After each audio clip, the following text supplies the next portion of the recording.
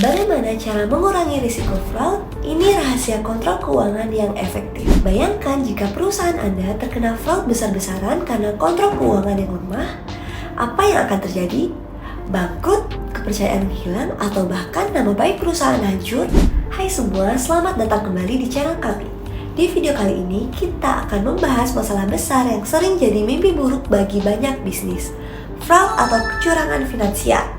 Risiko ini bisa mengintai siapa saja, termasuk perusahaan kecil atau startup yang mungkin merasa terlalu kecil untuk ditarget. Namun jangan salah, potensi kerugian akibat fraud sangatlah nyata dan bisa menghancurkan bisnis dalam sekejap. Nah, bagaimana sih cara kita bisa mengurangi risiko fraud dan melindungi aset perusahaan? Kuncinya ada pada sistem kontrol keuangan yang tepat. Yuk kita bahas lengkapnya. Sebelum kita bicara tentang solusinya, mari kita pahami dulu sebenarnya apa itu fraud. Fraud adalah tindakan yang dilakukan untuk mencurangi atau menipu perusahaan demi keuntungan pribadi. Bentuknya bisa beragam, mulai dari manipulasi laporan keuangan, pengelapan dana, hingga penipuan dalam proses pengadaan barang. Dampaknya, jangan tanya lagi. Menurut data yang dirilis oleh Association of Certified Fraud Examiners, rata-rata perusahaan kehilangan 5% dari pendapatannya setiap tahun karena fraud. Bayangkan kalau omset tahunan perusahaan kita 1 miliar, itu artinya ada potensi kerugian sebesar 50 juta. Bayangkan kalau angka ini bertambah setiap tahunnya. Serem kan? Lalu, mengapa kita butuh sistem kontrol yang kuat? Jawabannya sederhana, kontrol yang efektif adalah tembok pertahanan utama. Dengan sistem kontrol yang baik, kita bisa mendeteksi dan mencegah potensi fraud sejak awal. Anggap saja ini seperti alarm yang akan memberi peringatan ketika ada yang mencoba membobol keuangan perusahaan kita. Sistem kontrol keuangan mencakup proses, prosedur, dan kebijakan yang diterapkan untuk mengelola, mengawasi, dan melaporkan setiap aktivitas keuangan. Dengan ini, setiap transaksi akan lebih transparan dan terekam dengan baik. Sehingga kalau ada yang mencurigakan, bisa langsung kita tindak lanjut.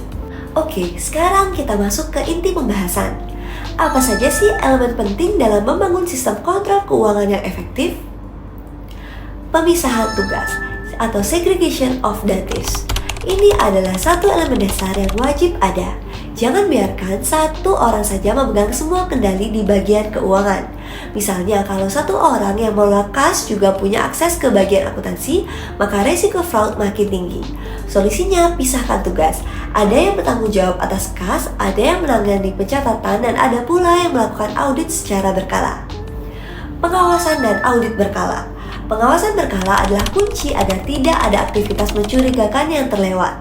Kita bisa menunjuk tim audit internal yang bertugas untuk memantau setiap aktivitas keuangan secara rutin.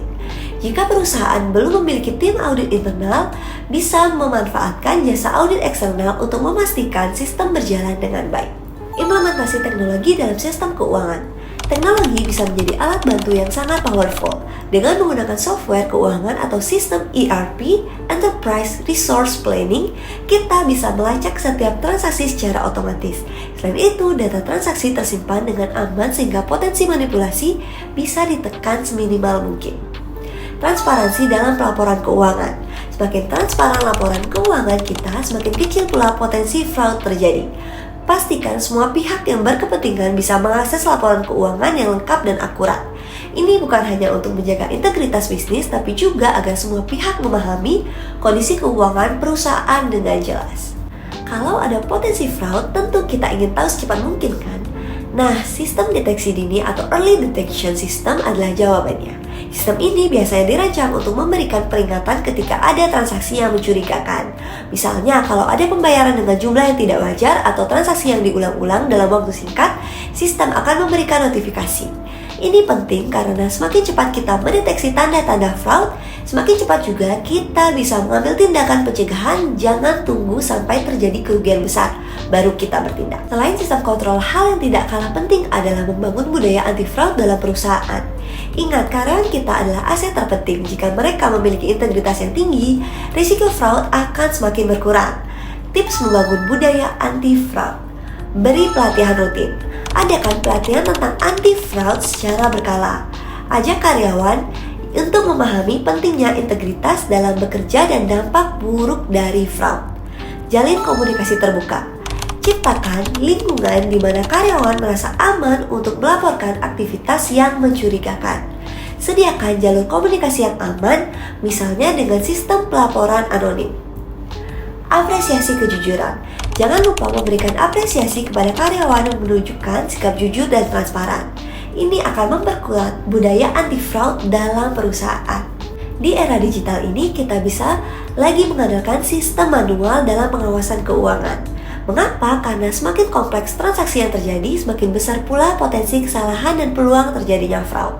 Gunakan software keuangan atau aplikasi yang dilengkapi dengan fitur pemantauan otomatis. Misalnya aplikasi yang bisa mendeteksi pola transaksi mencurigakan atau memberikan laporan otomatis secara real time. Ini akan mempermudah kita dalam memantau setiap aktivitas keuangan bahkan dari jarak jauh.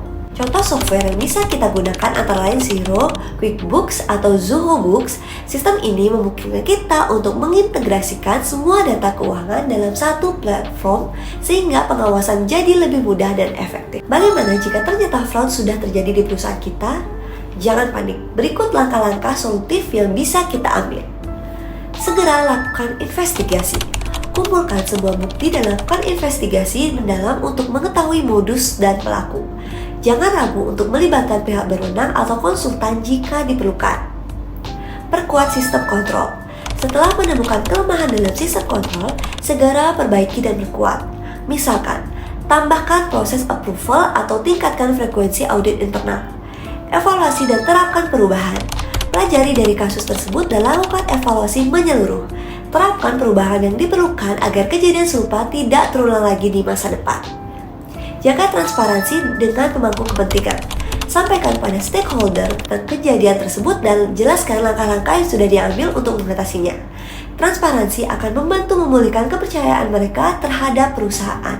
Nah, itulah pembahasan kita tentang bagaimana cara mengurangi risiko fraud dengan sistem kontrol keuangan yang tepat. Ingat, mencegah fraud bukan hanya soal menjaga aset perusahaan, tapi juga soal membangun kepercayaan dan keberlanjutan bisnis kita ke depan. Jika kalian ingin tahu lebih banyak tentang topik keuangan bisnis lainnya atau punya pertanyaan, jangan lupa tinggalkan komentar di bawah ya. Dan jangan lupa untuk like, subscribe, dan nyalakan lonceng notifikasi agar kita tidak ketinggalan video-video bermanfaat lainnya. Terima kasih sudah menonton, sampai jumpa di video berikutnya.